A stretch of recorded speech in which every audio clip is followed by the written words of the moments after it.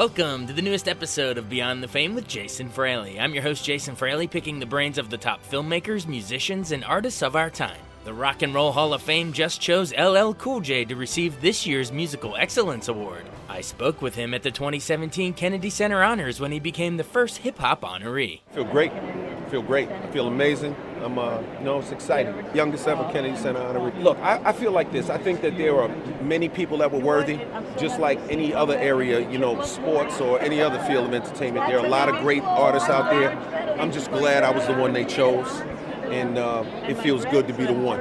It feels good to be one and to be the one on this one. And so, I'm grateful. Who are some of the other ones over the years that you think that should have already gotten it by now? Well, I wouldn't go with should have, because I think, I wouldn't even go with could have. I'm the one.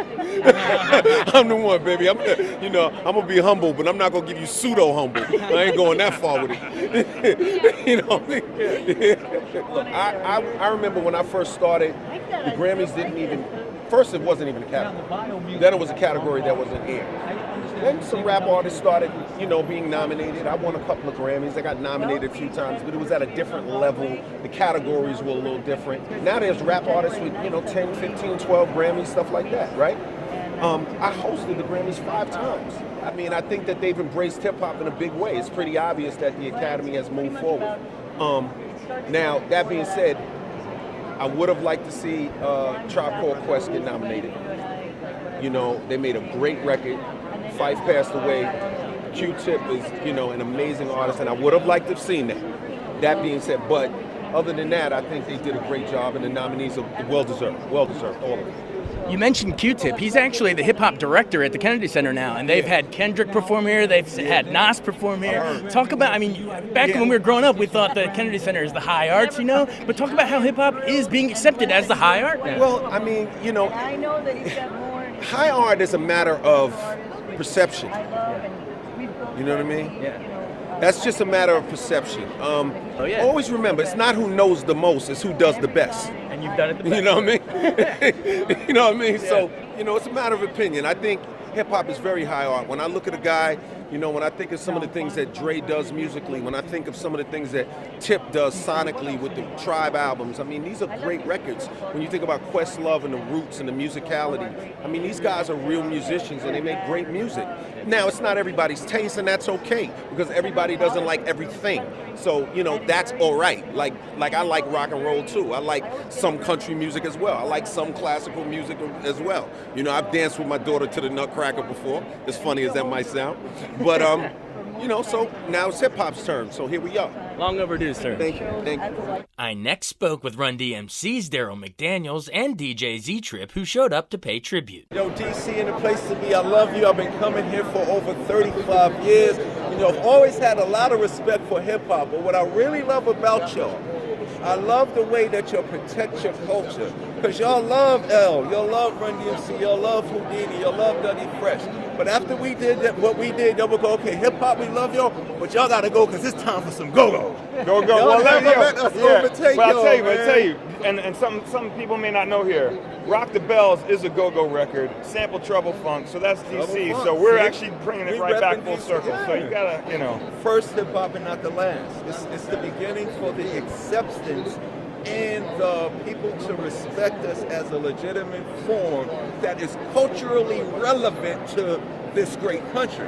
Because, over the last 40 years, even when we was doing really, really good, it was always that those hip-hop guys over there. Yeah, that hip-hop thing, you know what I'm saying? They come and dabble with us, we do our own award shows and stuff like that. Now they got to honor us on their set, which is cool. Which is great. Yeah, it's and I think, again, it's also going to open up some people's eyes who don't really necessarily know. They're going to get the real essence of what this is tonight. They're going to see it. They're going to feel it. And again, who better to do it than through LL, I'm waiting for the go-go honors, man. It's shout out to the mayor. That's what we want next. We want the go-go honors. Big shout out to the mayor of DC, because the mayor of DC knows the arts succeeds where politics and religion fails. Truth. You guys also, just speaking to kind of what you were talking about, they brought in Q-Tip as their first actual hip-hop director at the Kennedy Center all year round. Yeah. They've had Kendrick Lamar come perform. They've had Nas come perform. Speak to how the Kennedy Center itself, not just with this event, but year-round now, is treating hip hop like the art form it is. It's about time. I think it's actually important that I think somebody in the organization, however many years back, realized, wait a second, we're missing one of the colors on our palette, and now they finally got the full palette. So we got full colors. We can paint a proper picture. And they got to realize something. We are intelligent and we are experienced. Why? Because in the early days, our DJs played all the music that they celebrate in the Kennedy Center. All your rock, all your funk, all your Herbie Hancock, all of that. We rock sampled it all, so we know about it. And that's a beautiful thing. Yeah. And it's good that we're allowed to come here because we're a younger generation of music, but we are prepared. Yeah. Very true. Absolutely. Before we cut you loose and let you go, Christmas in Hollis or Christmas Is? Which should we listen to on the way out of here? You shouldn't listen to anything else except Christmas in Hollis. So can you settle the dispute? Is Die Hard a Christmas movie then? Because that features in Die that. Hard is a Christmas movie. Action movie second. Die Hard is actually a Run-DMC video that happens to be a movie. That's great. When is DMC going to get honored with this? When is DMC going to get this? It's coming soon. You know it's got to come soon. I can't wait sure. to see that on the big board. DMC, and then Flavor and Chuck. Yeah, wait And till then Pete gets in Rakim. here. Yeah. We got a long laundry This is list. good. LL's just the tip of the spear. Exactly. Absolutely. And then posthumously, who that's passed should have already been awarded. Oh man. Well, we could be here for a long time, but Grandmaster Caz. I mean, there's certain in our culture. There's certain people that we also hold up high that people don't necessarily recognize. But again, I think we'll change that. I think that this Center, is changing that. I hope what I hope is this. Let's say 5 years in, when the next bunch of hip hoppers get honored here, I hope we could take a pause and then say, let's honor the hip hop superstar pioneers before rap was on record. Right. While they're still People alive. only know about our hip hop because of Rappers Delight. Right. But Rappers Delight was just a record. Yeah. During that time, you had Furious 5, Cold Funky Crush 4 Brothers, plus yeah. 1, Cold Crush Brothers. It's almost like, when you sit down and speak to the Rolling Stones, or you sit down and speak to Clapton or Aerosmith, Steven Tyler, Joe Perry.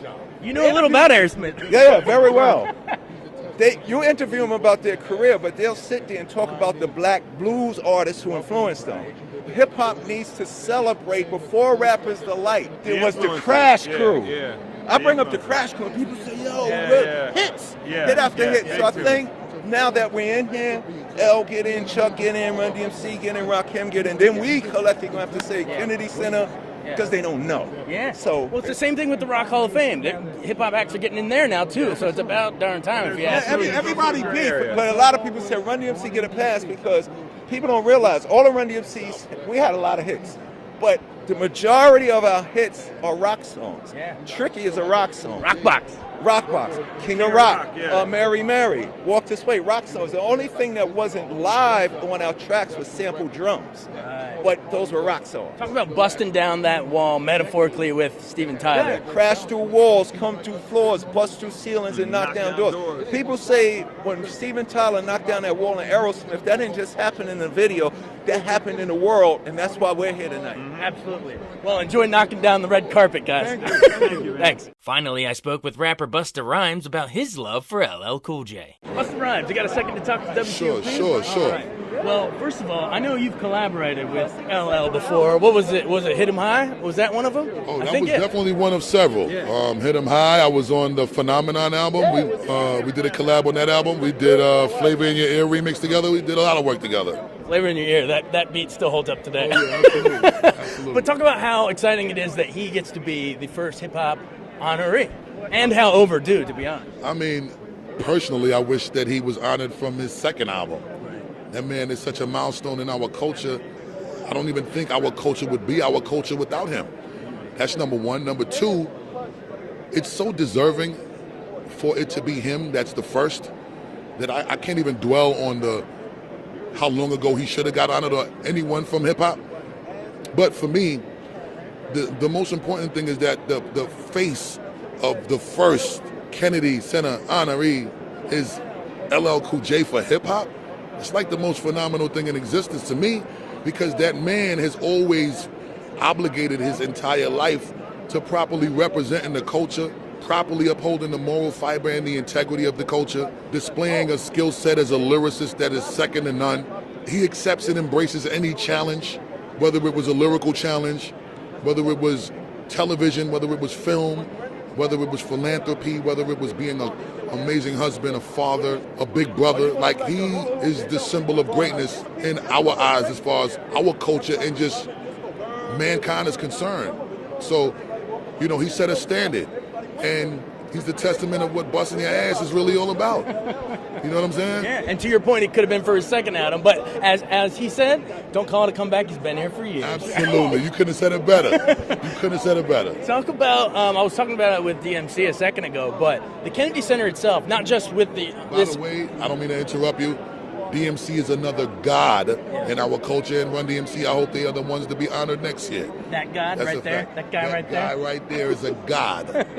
Well, we were Yes. just, absolutely. They should get their name in here soon. Next year, I hope it happens as soon as next year. Yeah. Well, anyway, yeah, but what I was going to say, what we were talking about with them was that not just this specific event, but year-round, the Kennedy Center, they have Q-Tip as their year-round hip-hop director That's now. my brother, They've absolutely. I love that. They've had Nas perform here. They've had Kendrick Lamar perform here with orchestras. Oh, yeah. So, you know, when we were younger, it was ballet and stuff here. Right. But something that's mainstream that we love is now considered the high art that it is. Just talk about, that almost gives me goosebumps. I mean, yeah, absolutely. I think that the truth is undisputed, and it doesn't matter how many years that it's been downplayed by the powers that be or compromised as far as the respect level is concerned by the powers that be.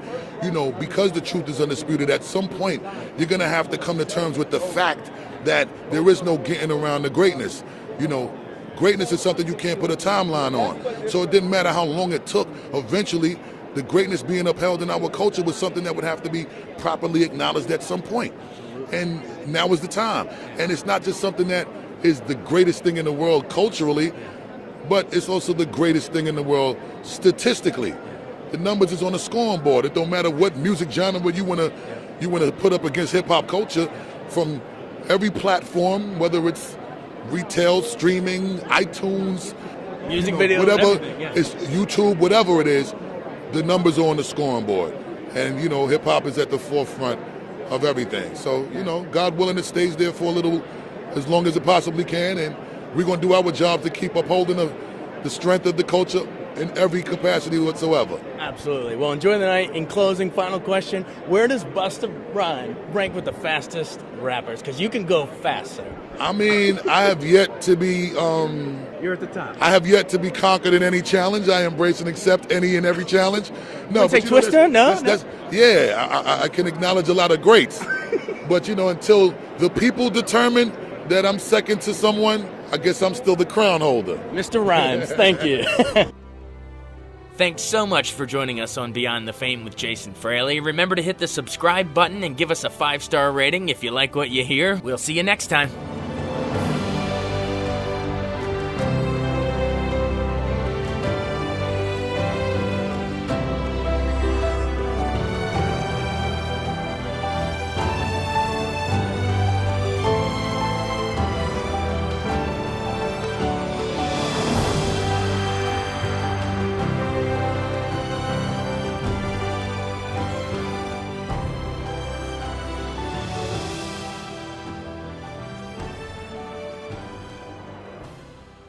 I wanted to take a second to tell you about an app I really enjoy. Living in the DC area is great, and Podcast DC gathers all of the local shows that I like all in one local app. Health, sports, local news, politics, and so much more. Podcast DC is the new local app with hundreds of DC area podcasts to choose from. I can earn exciting rewards just for listening and share the podcasts I love instantly. Available in the App Store or in Google Play, listen local with Podcast DC.